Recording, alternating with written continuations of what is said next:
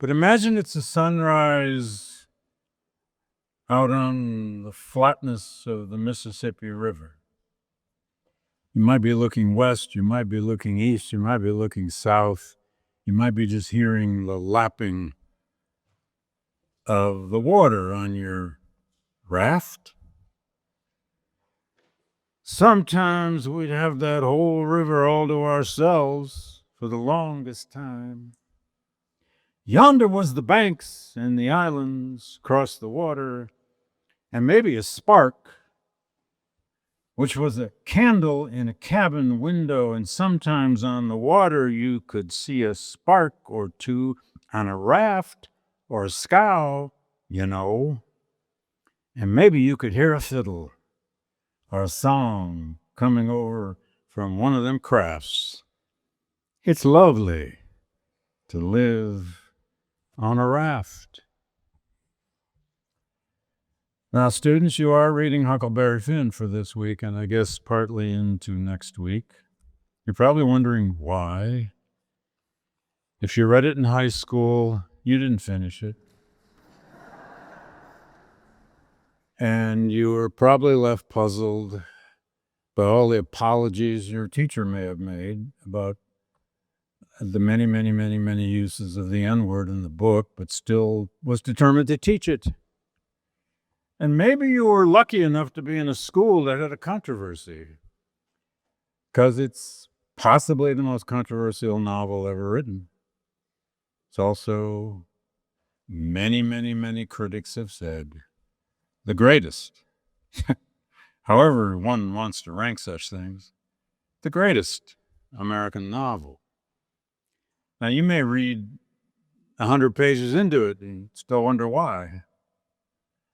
It's almost entirely written in dialect. That's part of its majesty, Twain's ability to capture, to both capture and invent an upper South border state, Mississippi River dialect that he knew well, but still had to capture. So many writers have paid their homage to Twain and Huck Finn. I won't go into that, except for one. No less than T.S. Eliot, one of the snootiest of possible critics of anything, said that the character Huckleberry Finn is, quote, one of the permanent symbolic figures of fiction not unworthy to take a place with Ulysses, Faust, Don Quixote, Don Juan, Hamlet, and other discoveries which man has made about himself.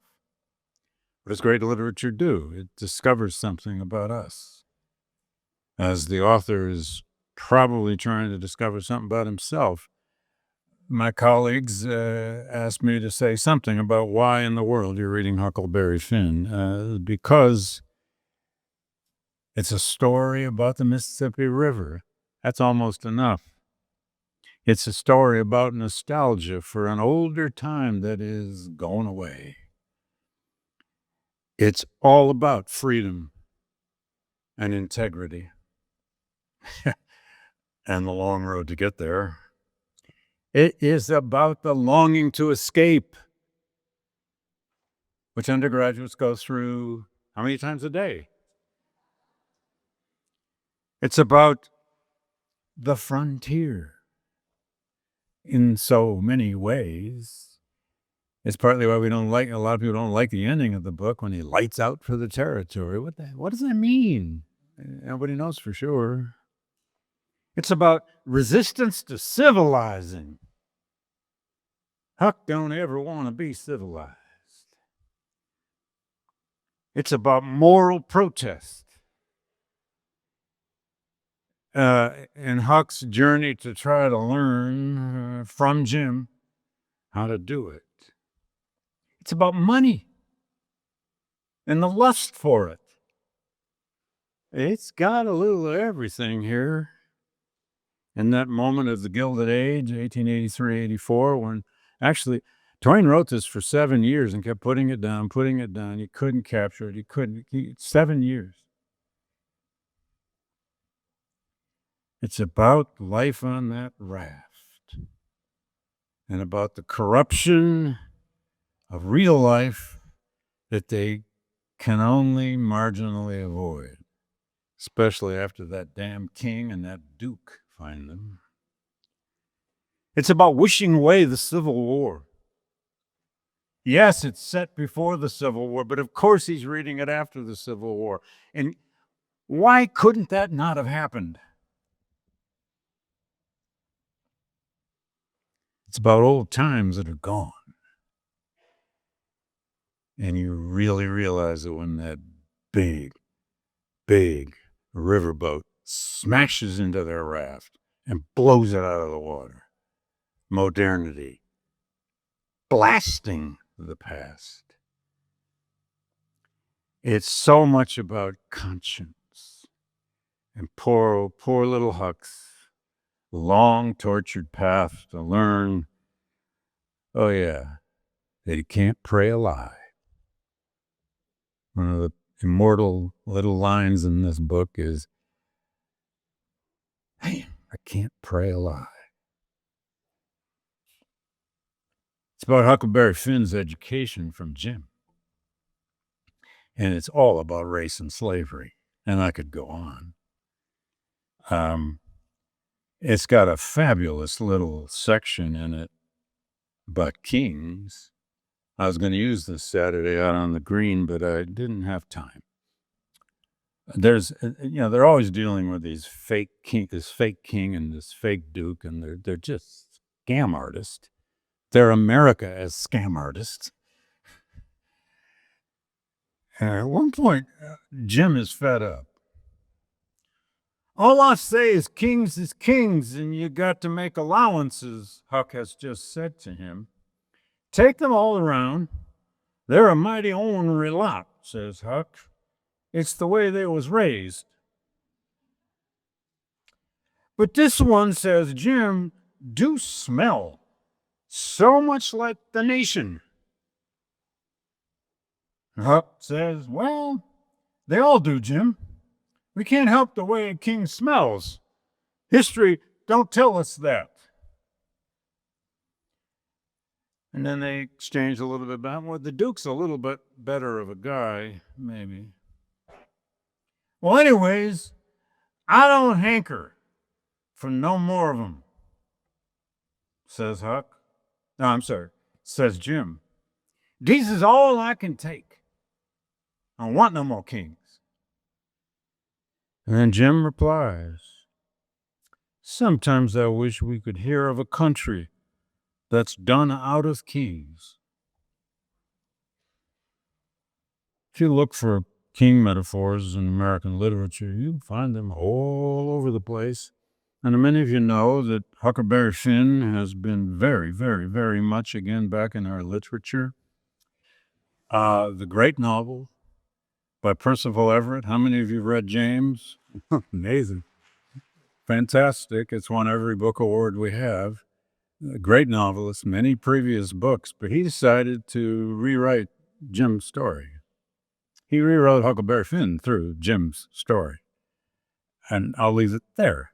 Go read it if you haven't. James is still a hot bestseller and should be. Once you get into it, you won't really be, especially if you've read Huck. You got to read Huck Finn first, though. God. And in the relatively new series we're doing at Yale University Press, I'm one of the 3 editors, called Black Lives. We've actually commissioned 2 or 3 books that are biographies of fictional characters. Now, that may seem weird, but we have a brilliant new one out now. It's just been out 6 months, I think, by Shelley Fisher Fishkin, one of the greatest of Twain and Huck Finn scholars for years and years and years. She brought the idea to us. How about a biography of Jim? And she takes the character of Jim through time, all the many uses, the drawings, the paintings, the reimaginings of Jim, up until the moment of Percival Everett, although his book just came out as she was finishing, and she sort of acknowledges at the end, and you almost beg for, oh, come on, Shelley, hold it back, write another chapter. But, she had her book done. Jim has been one of the most important, love him or hate him, like it or not, Black characters in the history of fiction. So, get the book from Yale Press. Jim, The Life and Afterlives of Huckleberry Finn's Comrade. Oh dear, I could go on about. I should have had just an entire lecture on Huck Finn, but I don't. Now, let me move a little bit ahead here. Yeah, he's back. This is Mr. D in 1875, that photo. I love this poster. It hangs in my apartment. I got it when I was a high school teacher. And the reason I love it, if you can't see it, is the bottom inscription. They gave him a middle initial that he didn't have. It's the 1970s. Nobody knew anything. And they gave him the wrong birthday. They didn't know the right birthday yet. So this is a keepsake. Frederick E. Douglass. He had a lot of names, and one of them didn't start with an E, but nevertheless, in 1875, and I'll start here and, of course, move back, Douglass went out to give a 4th of July speech on the 5th of July, which was a tradition in many parts of African-American life. He gave it in the Hillsdale section of Anacostia in Washington, D.C., which is where he now, well, actually, he didn't live there yet. He still lived down in Capitol Hill. He's soon to move up there. And he called, and it was an outdoor, it was like a festival, a Black festival. He had a Black audience for this speech. He called the speech the color question. It's 1875, now note the date. And he's anticipating that the following year, a year from then, the United States would have its centennial celebration. And oh my God, what would that be? Now you're about to see a whole lot has happened in the previous 6 or 7 years that is going to be a process of the defeat of Reconstruction. And that's the subtext for when Douglass gets up in front of this audience and he asserts the birthright of Black Americans. He says, "We have never forsaken the white man in any great emergency." And here he's, appealing to the honor to the Black soldier, of which there would have been many Black veterans in that audience, probably still wearing their kepis, if not their jackets. But at this 100th anniversary of the founding of the nation, Douglass said, "I fear that the country would," quote, "lift to the sky its million voices of one grand centennial hosanna of peace and goodwill to all the white race." Douglass didn't always racialize his rhetoric. He did in this one.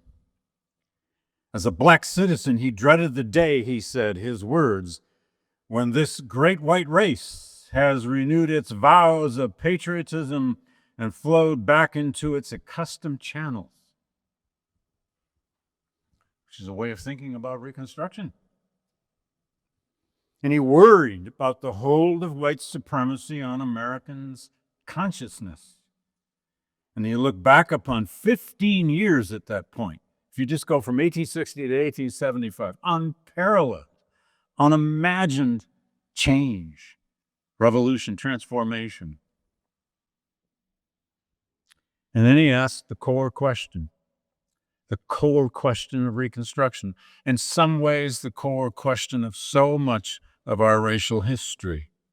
Quote, "If war among the whites brought peace and liberty to blacks, what will peace among the whites bring? What if Reconstruction now fades into or is forced into by violence, a kind of peace among white people, an agreement, a reunion, a reconciliation, which he sees all around him and fears. All right, back up with me. We're going to go fairly fast here today, as we always do, and I'll get frustrated, but that's okay. I just have a few images. Let's move back here to this famous Thomas Nast, cover of Harper's.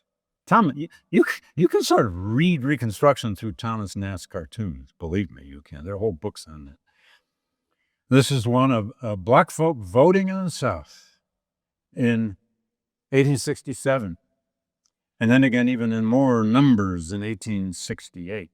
What is this rooted in? It's rooted in what I called in the outline up here, a radical Republican ideology. Those folks, the John Binghams, the Thaddeus Stevenses, the Charles Sumners, whose unhappy faces I put up here last time, the authors of radical Reconstruction, such as it won the day for 3, 4, and 5 years, had basically a three-part outlook. And this is key to remember, whether you're learning it for some silly final exam or just for your wisdom. First of all, they were unionist. They were unionist. They were unionist before the Civil War. It's part of what brought them into the Republican Party. But they were unionists now because they had, in their view, and not without good reason, preserved the Union. And now they were reinventing it. This thing, this experiment, this United States, they were remaking it. And they were the people who had led the Republican Party to that war. They had led that party during the war. They had helped pass all that major legislation that greatly centralized the federal government. They were the party that had emancipated 4 million slaves. Now, what are they going to do about it? The second part of their ideology, their approach, their worldview, was that they actually believed in one way or another, not completely, but in one way or another, they believed in black suffrage and they believed in some degree of equal rights. More than just as rhetoric. Or equality before law, as they put it in the great section 1 of the 14th. And third, but not last, and in some ways, among other things, like the 14th Amendment, it's the greatest legacy of that cohort. And it's going to come back again and again and again, as Beverly Gage will show you, in the 20th century, and is hanging on today by its fingers. They believed in positive, activist, interventionist government. They believed, as John Bingham famously said, that the Bill of Rights had to become federalized, enforceable by the federal government, not just by states. If you have a right to free speech and a right to petition and a right to assembly and so on, that needs to be protected and enforced by federal power. These radical Republicans said that's what the Civil War was about. And in a sense, they're saying, you bet it was about states' rights. And federal power is going to take over states' rights.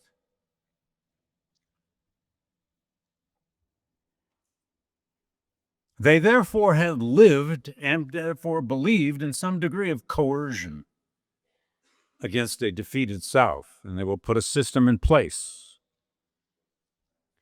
Now, one other element to their worldview, and then we'll get on to how were all these states readmitted to the Union, and then to this process of what becomes known as Southern redemption or the defeat. In a sense, Reconstruction is a rise and fall story. History's full of those. Empires usually take quite a while to fall. Reconstruction rose in basically 3 to 5 years, and it's going to fall in about 3 to 5 years, almost as fast as it was created. Why is that? That's a question you need to be able to answer. Why could this be defeated? Not easily, but so quickly. Now, these Republicans, I said they believed in equality on a certain level. Think about it this way. There had until this time been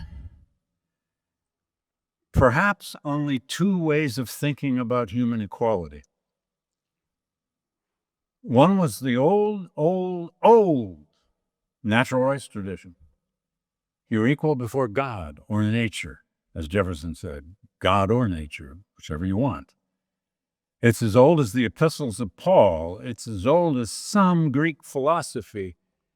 It may, given a lot of cultural differences, be as old as certain parts of Greek drama. Equality before God, equality before nature. You're born with some degree of equality. The second kind of equality that they were now struggling with, and the Enlightenment gave an Enlightenment that lasted a century and a half and had several revolutions, and they had led one of them, or their ancestors had led one of them. The second kind of equality was equality under law. Now, that's a new thing. That's a modern thing. It does come out of the Enlightenment. It does. Rule of law comes out of that whole cluster of ideas, beginning with human reason in the Enlightenment. But it had a hard time getting traction in human societies. And it had a horrible time getting traction in the United States because of the power of slavery. What does slavery hold back in America? Many, many, many things. But this idea that humans could be equal at all, much less before law, was, of course, totally denied by the pro-slavery argument. But these guys now, by the 1860s and 1870s, the radical Republicans said, no, humans can be made equal under law, before law. That's a huge turn in modern history. There's a third kind of equality that the 19th century flirts with, but didn't do very well with it. It wasn't ready. You could say it wasn't ready yet, but the 20th century is going to. And even then, it's going to be a long and bloody road. And that is equality of opportunity. How do we establish some degree of equality of opportunity among citizens, among people? How do we create starting lines in a society of great economic inequality?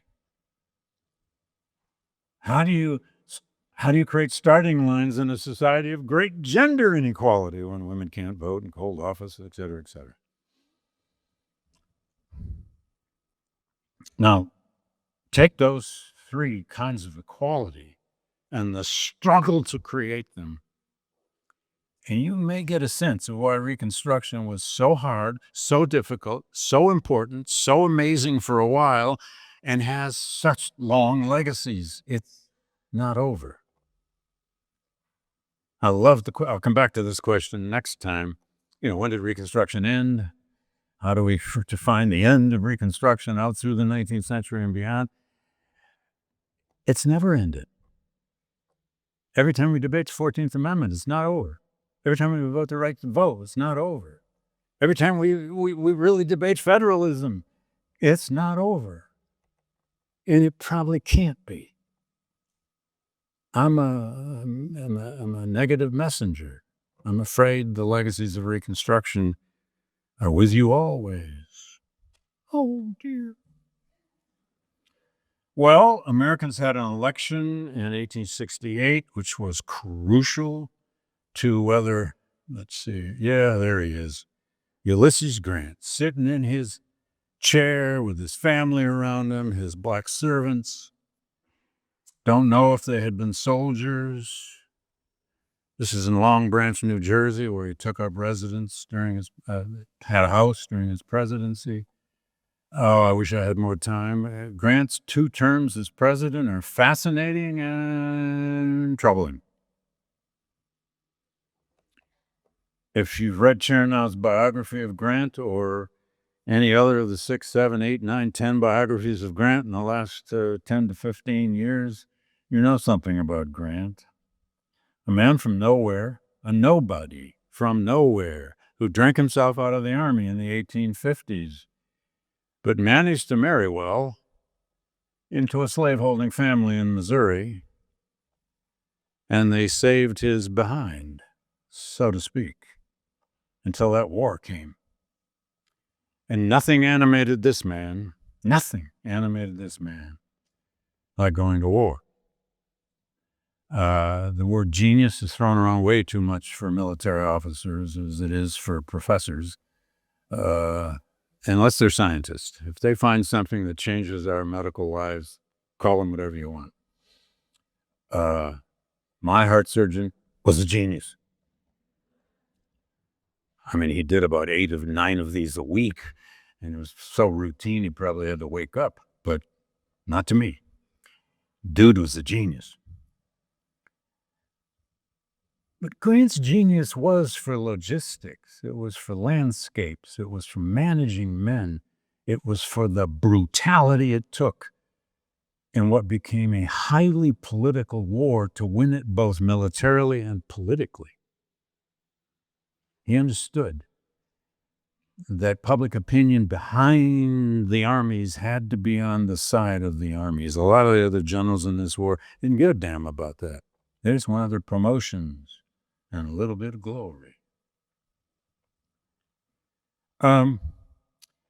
He decides to run for president in 1868, always saying he didn't want to run. I don't want to run. I don't want anything to do with it. I don't want anything to do with it. Okay. We've had a lot of those kinds of presidents. And when he gets the nomination and is elected indeed, he said, quote, "I shall have no policy of my own to interfere against the will of the people."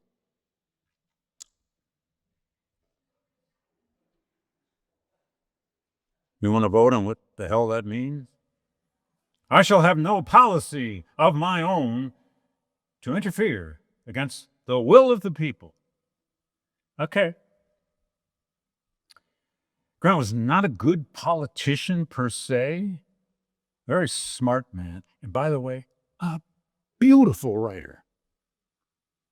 He wrote the great 2-volume memoir, one of the greatest memoirs in American letters, in the style that he wrote military field dispatches, declarative sentences. He was Hemingway before Hemingway. He really was. Read his memoir, folks. It's mostly about military, obviously it's mostly about military affairs. He didn't want to talk about his presidency. And he didn't. But that election of 1868 was crucial. I want to do it quickly. Grant had committed to congressional control of Reconstruction. He was on board with the radical Republican plan of Reconstruction, putting the South under occupation, creating 5 districts with a military general, Southern states, ex-Confederate states, forced to ratify the 13th and the 14th Amendments. They had to create some degree of black suffrage. Grant believed in black suffrage, especially after it got him elected. It did. In some southern states, the man who had won the war and ravaged the South won some southern states. Of course, that's because a lot of ex-Confederates were disfranchised and out of the Union, and that was fine with Grant for a while. He wanted the Republican Party, though, to become, as quickly as possible, the party of order and stability. He wanted them to become this protector of the new status quo, rather than innovators of a new future, innovators of the Second American Republic. And he's got radical Republican types in his own party saying, wait a minute, General, we're not just stabilizing anything here. We're creating something new. And Grant would say, not really. Black suffrage he considered necessary in the South for the purpose, as he said, of, quote, public safety, of gratitude and justice. Again, wonderfully vague terms. The Democrats in 1868 are really reviving. They've had a rough recent history, in case you didn't notice. They're going to run Horatio Seymour. I didn't bring his picture, or did I? No, I fear I didn't. Oh, shoot. Well, this is some very, again, Thomas Nast. That's genius. This is Thomas Nast depicting somebody who sort of looks like Jefferson Davis in a big old cloak, and he's walking out of the chambers of the United States Senate because there's a black senator. His name is Hiram Revels. This jumps ahead to 1870, but when Hiram Revels got elected to the U.S. Senate from Mississippi, a lot of ex-Confederates said, no. This is a revolution that's intolerable. And back to these folks in a second. But in that election, Douglas keeps sneaking in there. They're going to run Horatio Seymour, the former governor of New York. He had openly supported the draft riots of 1863 in New York City against the draft and against the Irish population and the black population. He chose as a running mate Frank Blair as his VP, who was about the most openly white supremacist person you could argue who'd ever run for president, maybe not quite as much as James K. Polk. They announced that the Democrats would declare the Reconstruction Acts, if elected, null and void, and that they would return the South to home rule. And if they didn't win, at least Blair, as the attack dog, threatened a second civil war. The rhetoric and reality did not always mix in 1868, but it was a bitter, brutal campaign about the results of that war. It's only 3 years after Appomattox. Bloody shirts were waving everywhere. You killed my son. No, you killed my son. You killed 2 of my sons. You killed 2 of my sons and 2 of my nephews. Hard to do normal business in the Congress with that going on. It is a memory-laden, tenuous peace. The Democrats wanted to take the Constitution backward, just like Andrew Johnson had wanted to. They wanted the Constitution as it is, and the Union as it was. All over the country, the campaign became the most white supremacist, racist campaign in American history. I've always said the 1864 was the most racist campaign until the next one. And in 68, less so Seymour himself, but Blair, his running mate, and many, many other Democrats just ran on an openly white supremacist platform. Elect us, so we will bring back white supremacy. If politics is war by other means, the 1868 election was a war by other means. Klan violence broke out, actually as early as 1866, but especially by 1868. There was a reign of terror in at least 5 to 6 southern states, deep South states. Hundreds of people killed trying to vote. Now, our political culture is in a bit of a mess today, as you may have detected, but we aren't killing each other at voting polls. Should I end that with a yet? I hope we never do. The Klan became a kind of an armed auxiliary of the Democratic Party, make no mistake. There were more than 200 political murders of candidates for office or local political leaders of one kind or another just in the 1868 election. The death toll in Georgia was lower than a few other Deep South states, but the use of intimidation of black people to keep them away from the polls, or even white Republicans, and there are some, Freeman's Bureau agents and so on, to just keep them away from the polls, threatening their lives.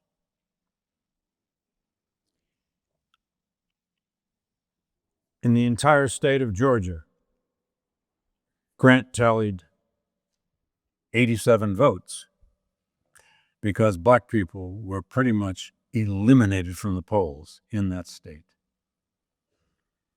In Louisiana, more than 1,000 people died of political violence of one kind or another between April and November 1868. It was a bloody election. It was a racial election. I could go on with lots of numbers. But Grant carried all of the North except 3 states: New Jersey, New York, Seymour State, and way out in Oregon. Seymour won 3 border states, Delaware, Maryland, and Kentucky. But Grant won in the Electoral College 214 to 80. It was much closer in the popular vote. Without black men voting in dense areas of the South, in at least 8 or 9 of the states, Ulysses Grant does not get elected in 1868. The Republicans kept a 2/3 majority of the House and a 4/5 majority of the Senate. That's called a veto-proof Congress. And they're going to go about the business now of enforcing the Reconstruction Acts and passing the 15th Amendment with a veto-proof Congress. What is that 15th Amendment? Oh, Lord, it's so important. I don't have a lot of time for it, but that's all right. 13th Amendment abolished slavery. The 14th Amendment did half dozen fantastic things, especially in Section 1. It even gave us Section 3 that's supposed to eliminate insurrectionists from running for president. And we tried to use that a year and a half ago, and the Supreme Court said, nope, not this time. That law does not mean what it says. That's what John Roberts' majority said. But the 15th Amendment, the right to vote, yes, it's a compromise. It's a whole batch of compromises. It consumed the short session of Congress between Grant's election and the inauguration the next spring in 1869.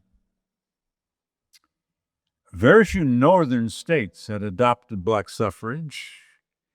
This is going to become an amendment to enfranchise black Southerners, hopefully, they think, forever.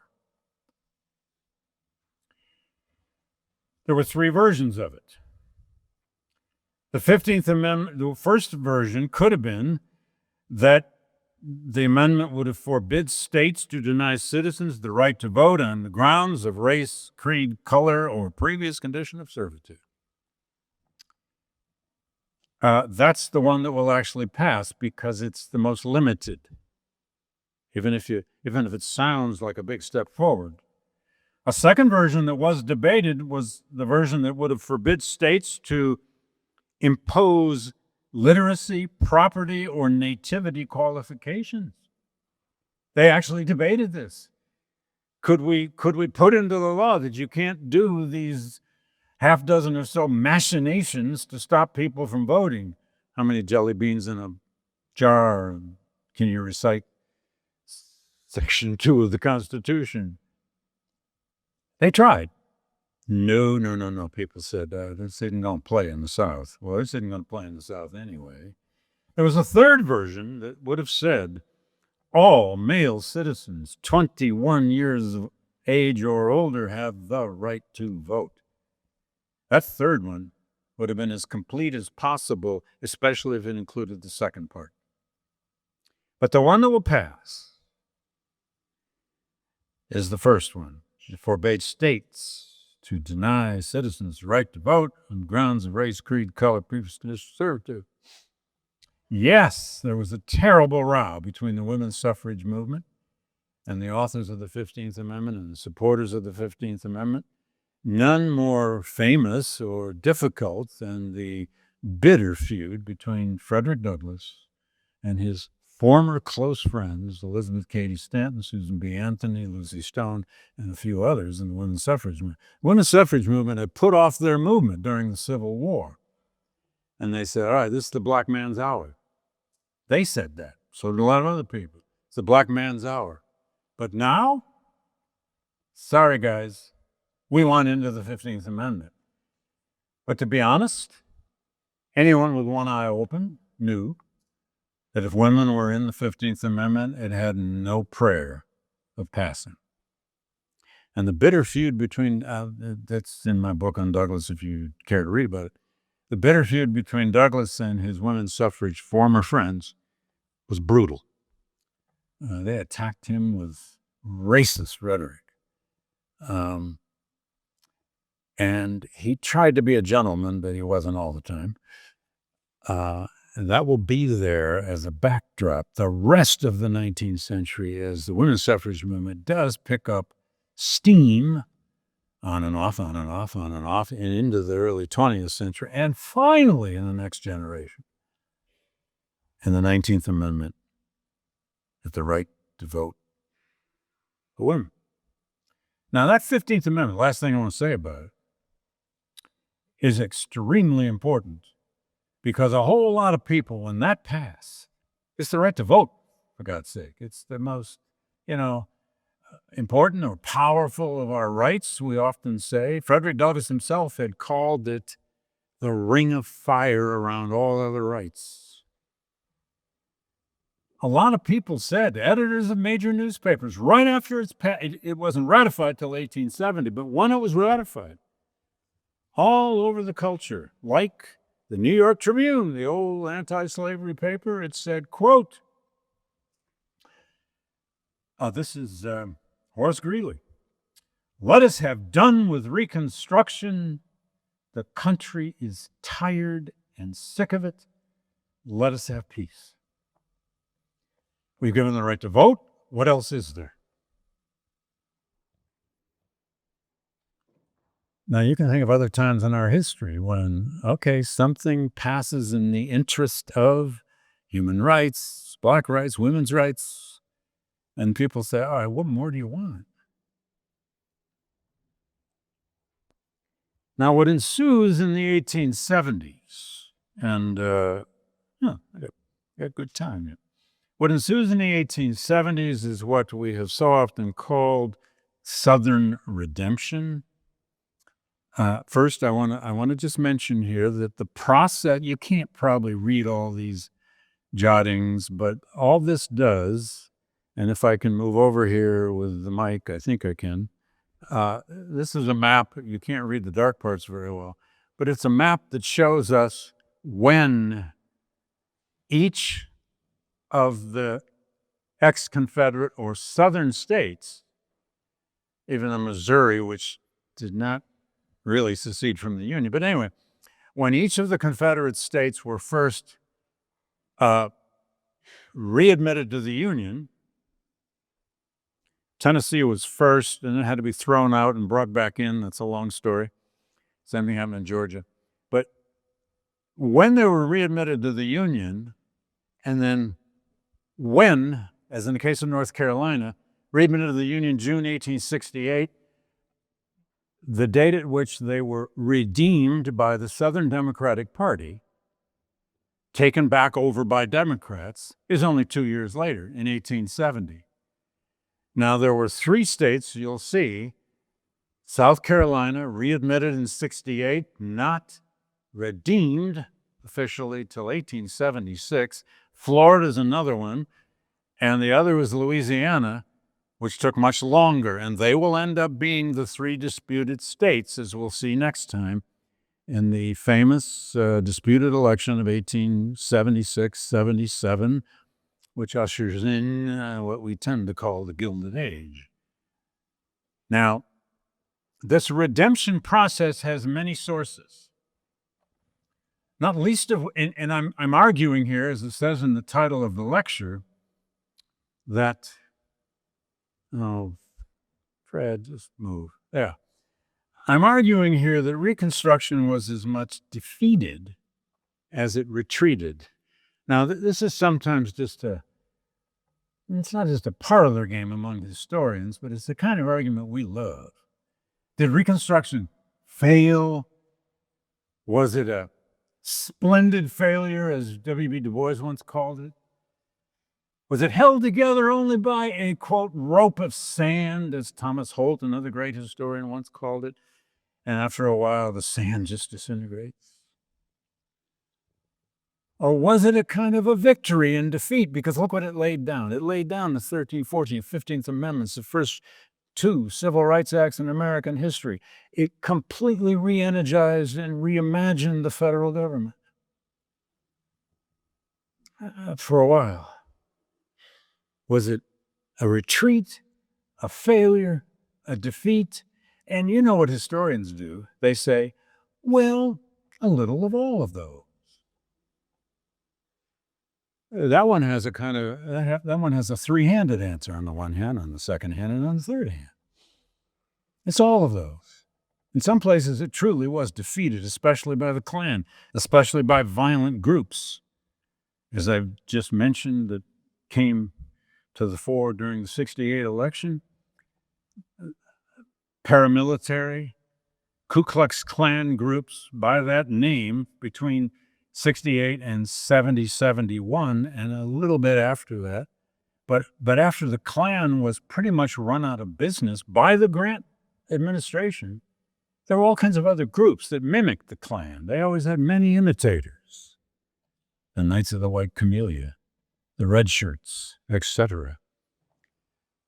Direct, brutal, sometimes savage, torturous violence was used as a means of thwarting Reconstruction and ultimately defeating it in many states. Estimates run as high as about 3,000 plus people, mostly black, but not entirely by any means, who were killed during Reconstruction violence. It's one of the most violent periods of our history. It's going to be followed by a very violent labor history, beginning in the great 1877 railroad strike, which I'll begin with next time, and then into the early 20th century, an enormous labor violence, especially in the wake of World War I. But political violence has a long history in America, and we are idiots to ignore it. We are fools to listen to anybody who says, don't look at that. It's just not bright enough, not happy enough. Tell that to the people who were tortured by the Klan in Upper Georgia. There's so many stories about Klan violence, and sometimes it wasn't Klan violence. It was just mobs. Mobs would gather at a voting poll and dare black people to vote. And if they tried to, they'd shoot them. Congress did respond. During that first Grant administration, they passed what was known as the First Force Act, May 31, 1870. It was just violent chaos in parts of the South. It made it a federal offense, federalizing this to interfere with any person's right to vote and punishable in federal courts. At least they said it would be. Then they passed a second Force Act in February 1871, first one 1870, which provided a machinery for federal supervision of the registration process and the voting process in the South. And then finally they passed what was known in April of 1871, the Ku Klux Klan Act, which authorized the President of the United States to use the Army. Now, we've got a thing now called the Espionage Act. It goes back to the 1790s, and we have an administration trying to enforce that. This was a law based on a terrible insurrection, a violent situation that authorized the president to use the United States Army to suspend the writ of habeas corpus and go after the Klan. that law declared certain southern states, in quote, a state of insurrection. And they were. Thousands were arrested. The United States, for the first time ever, held huge congressional hearings. Well, they'd held the Reconstruction hearings back in '66, but nothing quite like this. They established tribunals that went into, I'll end here, went into 7 southern states, tribunals of 3 members of Congress, sometimes a judge or 2, almost always 2 Republicans and 1 Democrat. It was partisan. Their stated purpose, that these hearings become known as the Ku Klux Klan hearings. The testimonies exist in 14 volumes of testimony. They're now all digitized and online. Back when I used them in the 90s, I had to use the whole volume. They were great, the hard volumes. And there were several thousand people arrested based on these hearings for Klan actions. 3,310 were indicted. Many pled guilty to lesser offenses and got suspended sentences. Some of these people, we've lived through this too, haven't we? We have 1,500 felons in an insurrection who've been pardoned. 1,143 people were convicted. 250 were acquitted in trials. Most received only fines or light jail sentences.